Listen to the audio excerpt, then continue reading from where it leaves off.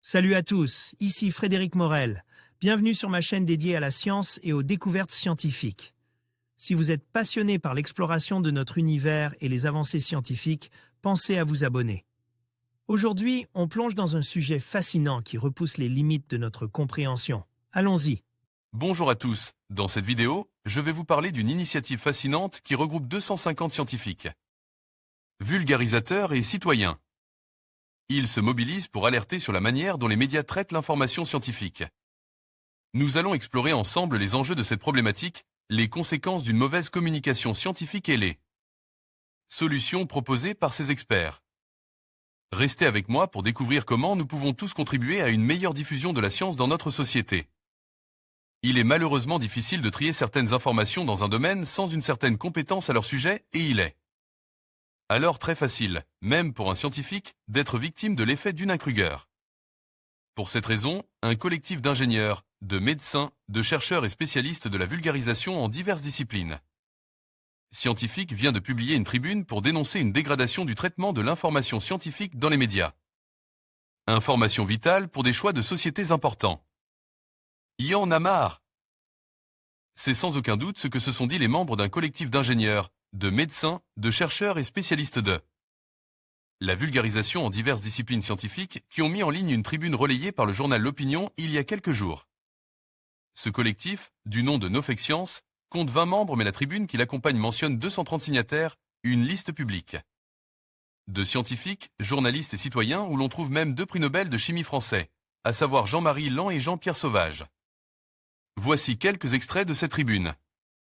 Nous, scientifiques, journalistes et citoyens, une ES préoccupés au RS, lançons un cri d'alerte sur le traitement de l'information scientifique dans les médias, ainsi que sur la place qui lui est réservée dans les débats de société. À l'heure où la défiance envers les médias et les institutions atteint des sommets, nous appelons à une profonde remise en question de toute la chaîne de l'information, afin que les sujets à caractère scientifique puissent être restitués à tous et à toutes sans déformation sensationnaliste ni idéologique et que la confiance puisse être restaurée sur le long terme entre scientifiques, médias et citoyens une ES. Nous assistons aujourd'hui à un dévoiement grandissant du travail des scientifiques. Leurs résultats ne sont bien souvent mis en avant que s'ils confortent des opinions préexistantes. Dans le cas contraire, certains ES iront sous-entendre leur rémunération par un lobby malveillant. Soyons clairs, EOS, l'état de nos connaissances ne saurait être un supermarché dans lequel on pourrait ne choisir que ce qui nous convient et laisser en rayon ce qui contredit nos opinions. Cette tribune ne surprendra pas tous ceux qui suivent ce qui se passe sur Facebook, YouTube et Twitter depuis quelques années. Et surtout depuis quelques mois.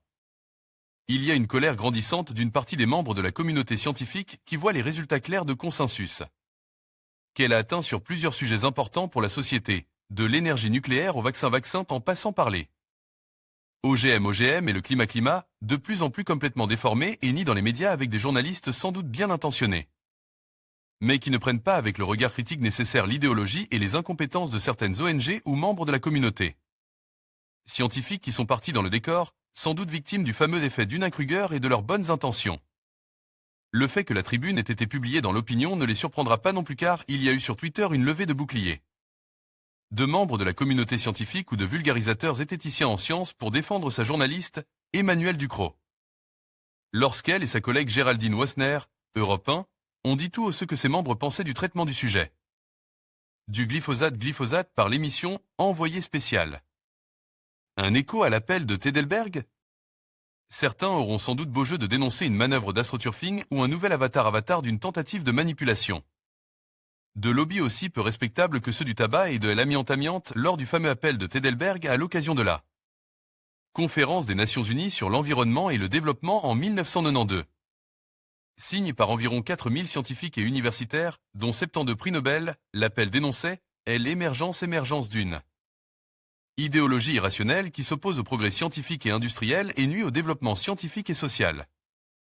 Les plus grands mots qui accablent notre Terre sont l'ignorance et l'oppression, et non la science, la technologie et l'industrie, dont les instruments, lorsqu'ils sont adéquatement gérés, deviennent les outils indispensables à un futur façonné par l'humanité, par elle-même et pour elle-même, lui permettant ainsi de surmonter les problèmes majeurs tels que la surpopulation, la famine et les maladies répandues à travers le monde.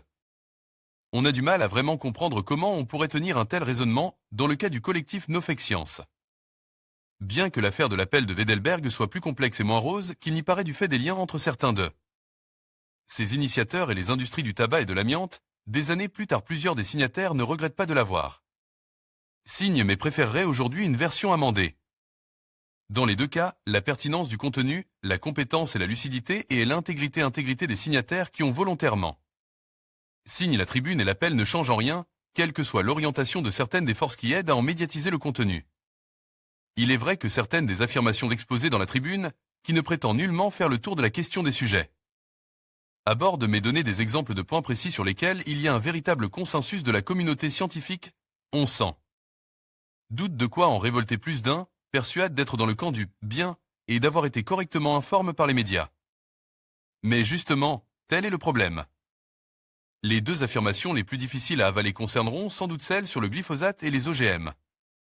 On pourra se faire une idée plus précise de ce qu'il faut penser du traitement des risques liés au glyphosate avec plusieurs articles qu'a publié au cours des années l'Association française pour l'information scientifique, AFI.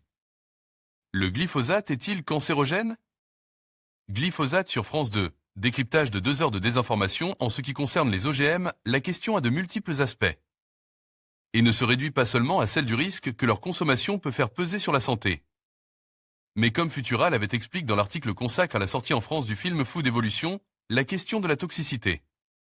Toxicité des OGM en usage est tranchée depuis longtemps. Sobrement, le collectif No Fake Science mentionne que le fait qu'un organisme soit génétiquement modifié, OGM, ne présente pas soit de risque pour la santé incontestable, ce qui ne veut nullement dire qu'il affirme qu'il n'y a pas des questions à se poser. Du point de vue de l'environnement ou de la société. La question du nucléaire est sans doute aussi l'une de celles qui posent le plus de questions dans les médias même si le collectif No Fake Science mentionne encore sobrement que l'énergie nucléaire est une technologie à faible émission de CO2 et peut contribuer à la lutte contre le changement climatique, tout en rappelant plus fermement que le changement climatique est réel et d'origine principalement humaine. Un peu au-delà de la tribune No Fake Science.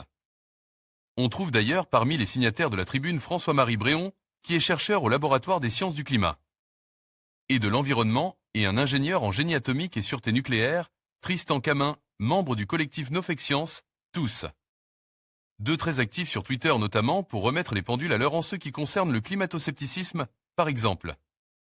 Avec l'aide du youtubeur Le Réveilleur, la question de l'énergie, des déchets nucléaires, du nuage de Tchernobyl en regard. Des problèmes de l'intermittence et du coût des énergies renouvelables versus ce qui nous attend si nous ne faisons rien pour limiter une pollution bien plus dévastatrice, celle du CO2. Toutes ces questions ne sont pas simples, contrairement à ce qu'il faut penser des vaccins et de l'homéopathie ou la communauté scientifique, c'est depuis longtemps ce que réaffirmait le collectif No Fake Science. Certains aspects sont encore en débat. En ce qui concerne la part du renouvelable et du nucléaire pour lutter efficacement contre le réchauffement climatique. Mais on entend encore trop peu dans les médias des arguments mis notamment en avant par Jean-Marc Jancovici ou Michael Schellenberger.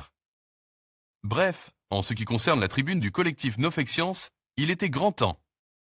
En conclusion, l'initiative No Fake Science, réunissant 250 scientifiques, vulgarisateurs et citoyens, souligne l'importance cruciale d'un traitement rigoureux et éthique de l'information scientifique par les médias. Face à la désinformation croissante, il est essentiel de promouvoir une culture de la vérification et de la transparence. Ensemble, nous pouvons encourager un dialogue éclairé et responsable, garantissant que la science soit accessible et correctement interprétée par tous. Engageons-nous à défendre la vérité scientifique pour un avenir informe et éclairé.